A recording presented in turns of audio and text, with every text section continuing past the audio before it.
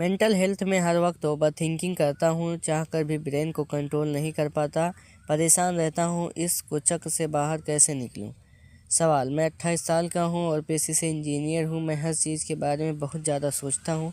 मेरे मन में हमेशा बुरे ख्याल ही आते हैं, जैसे अगर पापा ने फ़ोन पर कहा कि वो मेरे पास नहीं आ रहे, तो मैं घंटों ये सोचता रहूँगा कि क्या मेरी कोई बात उन्हें बुरी लग गई, क्या मुझसे कोई गलती हुई, क्या मैंने पिछली बार कुछ कह दिया था।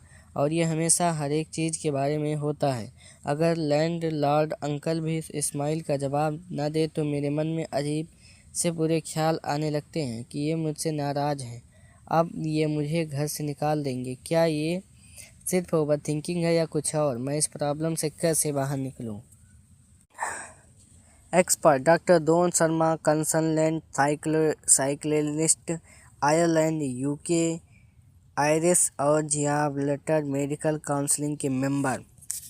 ओवर थिंकिंग एक ऐसा मेंटल प्रोसेस है जिसमें व्यक्ति छोटी छोटी घटनाओं के बारे में भी ज़रूरत से ज़्यादा सोचता है, उसे बहुत बड़ा बना लेता है। यह आदत धीरे धीरे एंग्जाइटी और इनसिक्योरिटी को बढ़ाती है। इससे सेल्फ डाउट पैदा होता है। व्यक्ति फैक्ट और उस फैक्ट के अपने इंटरप्रिटेशन में फ़र्क नहीं कर पाता। इसका असर इमोशंस और व्यवहार दोनों पर पड़ता है। केस का मनोवैज्ञानिक आकलन: मूल समस्या क्या है? इस केस में मुख्य समस्या घटना नहीं बल्कि उसकी नकारात्मक व्याख्या है। जैसे कि व्यक्ति छोटी छोटी सोशल या इंटरपर्सनल घटनाओं का बहुत बड़ा अर्थ निकालता है। वह अस्पष्ट स्थितियों को नकारात्मक तरीके से समझता है। जरा सी बात को तुरंत अपनी गलती, अपनी कमी या अपना रिजेक्शन मान लेता है। उसका दिमाग एक ही विचार पर घंटों अटका रहता है। वहीं भविष्य को लेकर सबसे बुरी संभावनाओं के बारे में सोचता है। सोचने का तरीका: कॉग्निटिव पैटर्न: यह सोच का एक खास तरह का पैटर्न दिखता है। माइंड रीडिंग: दूसरों के मन को पढ़ लेना, बिना किसी सबूत के मान लेना कि सामने वाला क्या सोच रहा है।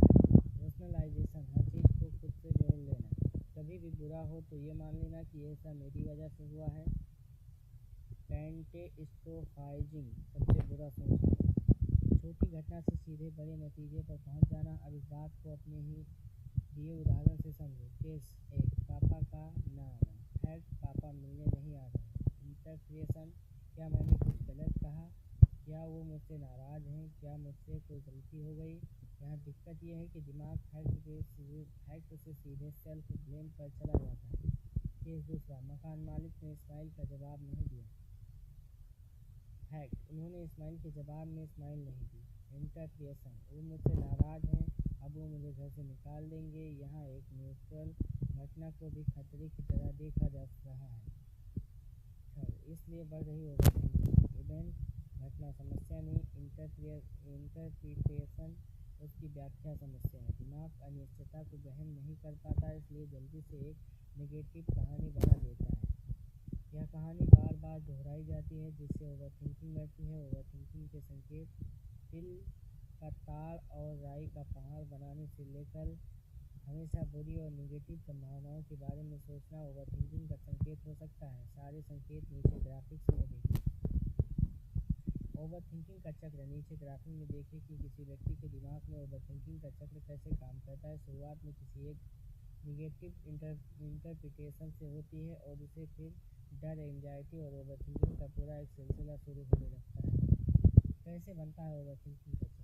कोई घटना हुई, उसका निगेटिव अर्थ निकाला, उसके लिए खुद को ब्लेम किया, इससे एंजाइटी पैदा हुई। एंजाइटी से ज़्यादा ओवरथिंकिंग हुई, मन में ज़्यादा नेगेटिव ख्याल आने लगे।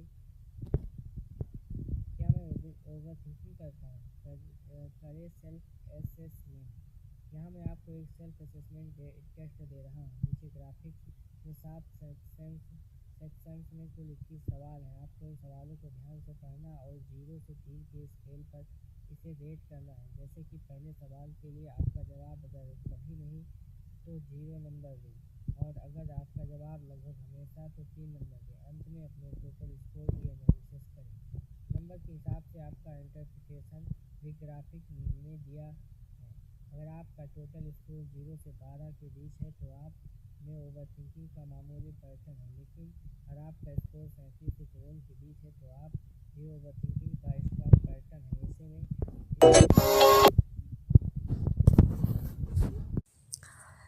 क्या मैं ओवर थिंक करता हूँ? Self assessment tool. कभी नहीं, कभी कभी, अक्सर, लगभग हमेशा।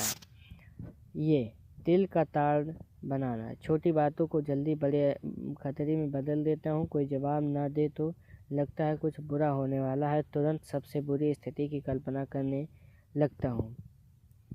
Negative interpretation.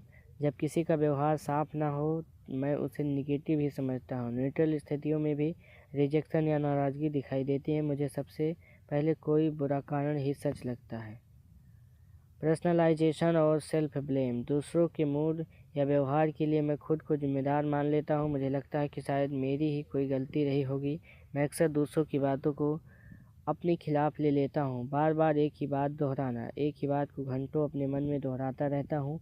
सोचने से हल नहीं निकलता, फिर भी सोचना बंद नहीं कर पाता। रात में अकेले या विचार ज़्यादा बढ़ जाते हैं। रिजेक्शन सोसिविटी। अगर कोई उत्साह न दिखाए तो लगता है कि वो मुझसे नाराज़ है। मुझे दूसरों का अप्रूवल खोने का डर लगता है। मामूली इंटरपर्सनल बदलाव भी मुझे बेचैन कर देते हैं। Self esteem. अंदर से लगता है कि मुझ में कुछ कमी है। मैं आलोचना या दूरी को बहुत पर्सनल लेता हूँ। मेरी सेल्फ वर्थ इस पर निर्भर है कि दूसरे मेरे साथ कैसा व्यवहार करते हैं। सीबीटी के लिए तैयार। मैं मानता हूँ कि मेरे विचार हमेशा फैक्चुअली सही नहीं होते। मैं दूसरा एक्सप्लेनेशन समझने की कोशिश कर सकता हूँ। मैं अपने ऑटोमेटिक थॉट्स को लिखकर जांचने के लिए तैयार हूँ।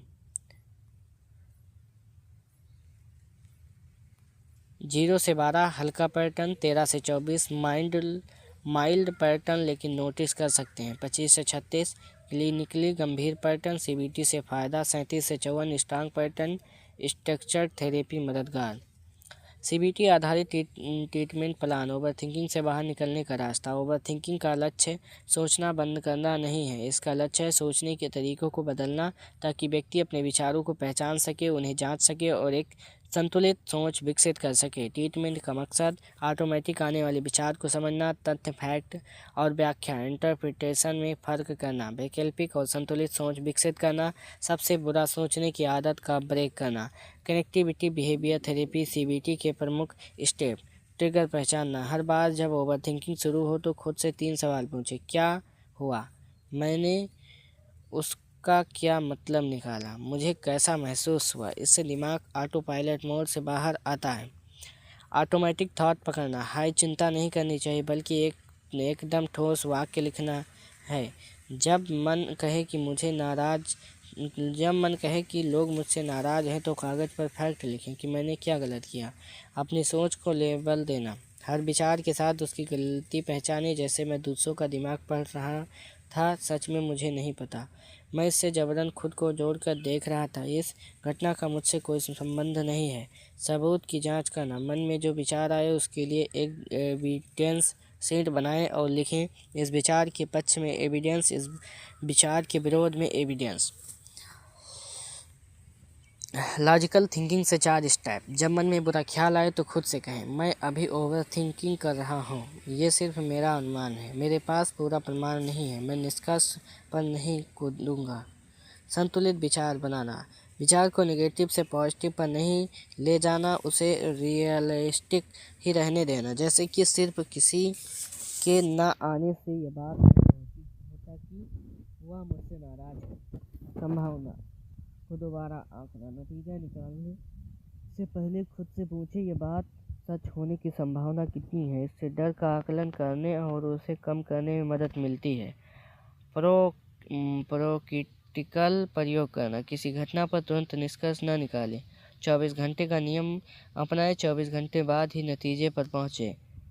Clarification test. जब किसी की बात, रिएक्शन या बिहेवियर से कोई कन्फ्यूजन हो तो सीधे निष्कर्ष ना निकालें, विनम्रता से पूछ लें। Evidence log. 7 दिनों तक एक एविडेंस लॉग बनाएं।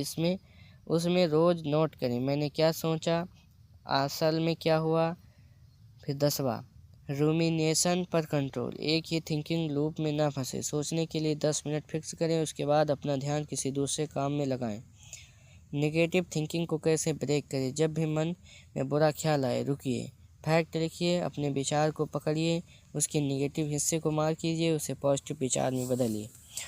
प्रोफेशनल हेल्थ प्रोफेशनल हेल्प कब जरूरी? जब ब्रेन अपने प्रयासों से कंट्रोल ना हो पाए और ओवरथिंकिंग का पैटर्न डिप्रेशन में बदलने लगे तो प्रोफेशनल हेल्प जरूरी। नीचे ग्राफिक में सारे कारण दिखाए और इन स्थितियों में प्रोफेशनल मदद जरूर लें। प्रोफेशनल हेल्प कब जरूरी? नींद खराब हो, काम प्रभावित हो, पैनिक के लक्षण बढ़ें। निष्कर्ष: जैसा कि हमने ऊपर समझा कि आपकी मुख्य समस्या है अस्पष्टता, स्थितियों को नकारात्मक अर्थ देना और उसके लिए खुद को दोषी मानना। कॉग्निटिव बिहेवियर थेरेपी का मूल मंत्र यही है कि हर विचार सच नहीं होता, वह आपका इंटरप्रिटेशन हो सकता है, लेकिन जरूरी नहीं कि वो फैक्ट हो। यह समझ ही ओवरथिंकिंग के चक्र को तोड़ने की कुंजी है।